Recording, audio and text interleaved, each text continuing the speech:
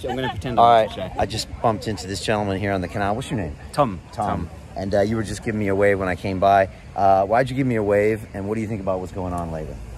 Well, I was just saying that I feel like we're being bullied, you know, and that the best thing we can do when they're trying to shut us down from various angles is to sort of stand up to them. And I think that's what you're doing a great job of. And making sense of the chaos, you know, so the more voices, the better, I think. Yeah, no, I appreciate that. We're just trying to get the ideas out there and then let other people make the decisions. But it's just being almost impossible now to get like a certain set of ideas out there, and it's surprising all of the forces that stop that from happening. Yeah, right. And what are they afraid of, you know? Just that we'll have conversation, that we'll talk, you know, sticks and stones may break your bones, but words will never hurt us, right? So I think you have to keep doing it and keep pushing back, and we have to hope that we can get somewhere. Yeah. I think like things I never understood before, like kind of setups and institutions and way maybe certain businesses have been done are now being threatened by some of these questions, and I think they naturally move to kind of squash that, you know, and I don't actually believe it's a conspiracy. I think everyone's just kind of acting in their own capitalistic interests, and in the process, voices like ours just get squashed. Yeah, you know? Yeah, well, there's a certain herd mentality that definitely takes over people, and that gains a momentum of its own, I think. But as you see, with all the support you get from randomers like us out and about, you know, there's more than one kind of opinion out there. And actually, I think if you can be courageous enough to take a step and speak your mind, you find actually that you get a lot of people agreeing with you. Yeah, no, it's true. So, yeah, I met a couple yesterday in the park, in Victoria Park, and they said they're musicians, and they're like, we can't even talk about these ideas. And I was like, I thought musicians would be all for it stuff. He said, no, every time we speak up, we get quieted.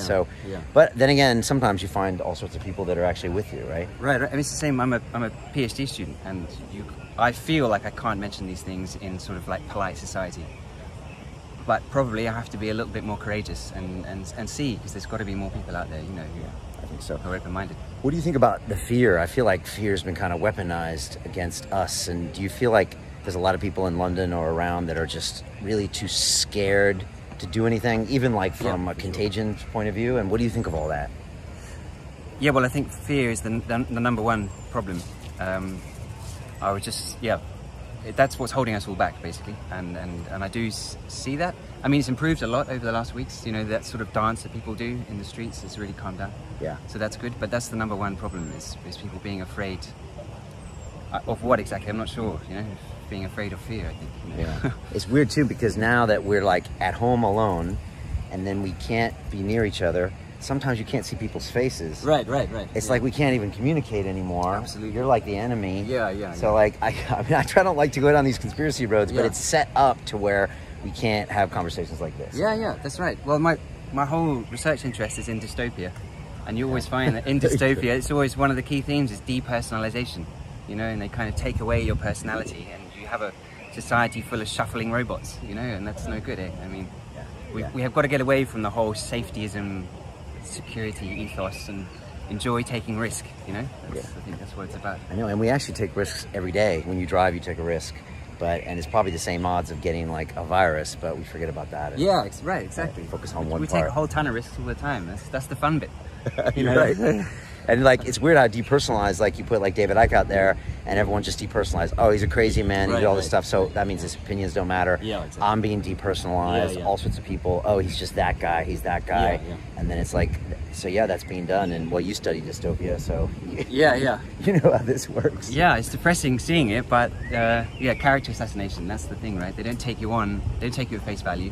They don't try and push back and challenge your ideas, and they just try and take you down and label you as a nut job and dangerous. You know, that's the new word, isn't it? And you know, there was in the 1930s there was a group of unpleasant people in Germany who had the word degenerate, and instead of degenerate, we now label people with dangerous, and it's just the same move all over again. Yeah, you're totally right. And then it just becomes this thing that happens, and pretty soon everyone's participating in it, and then 20 years later they look back and think, why did we do such a horrible thing? Exactly.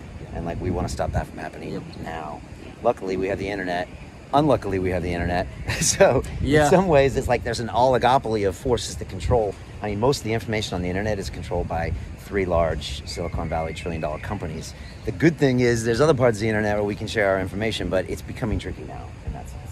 Yeah, I guess so. It's, but I mean, I think you're doing a great job anyway. And so many people, I think, are sort of feel on some level that something's not right, and the voices are still out there like yours and others. So yeah, you know. I think there's something in people's gut that says something's not right, Yeah. and I think when they watch the 3-hour conversation with me and David, they're thinking something feels maybe there's something here. Yeah, yeah. So they start questioning. So yeah, and I wrote this letter yesterday, and it's like an open letter, and just trying to get people to sign it because I want to show the government, the media companies, like we're actually in charge. Like we vote, Right. We're the eyeballs for advertisers.